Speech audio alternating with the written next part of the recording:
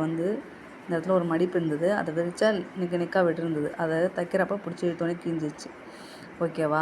அதை இப்போ நம்ம கரெக்ட் பண்ண போகிறோம். அது எப்படின்னு பார்க்க போகிறோம். பேண்ட்டோட கிளாத் எடுத்து அது மேலே இப்படி வச்சு தைச்சாச்சு.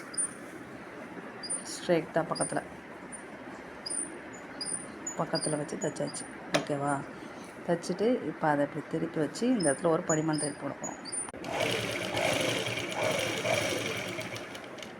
போட்டுட்டு திருப்பணும்னா இப்போ இந்த இடத்துல இந்த ஷேப் தெரியும். பேண்ட்டோட அந்த இது சீட் அளவு கட் பண்ணியிருப்போம் இல்லையா, அந்த அளவு தெரியும். அந்த ஷேப்புக்கு இப்போ கட் பண்ண போகிறோம். ஓகேவா? ஷேப் கட் பண்ண போகிறோம்.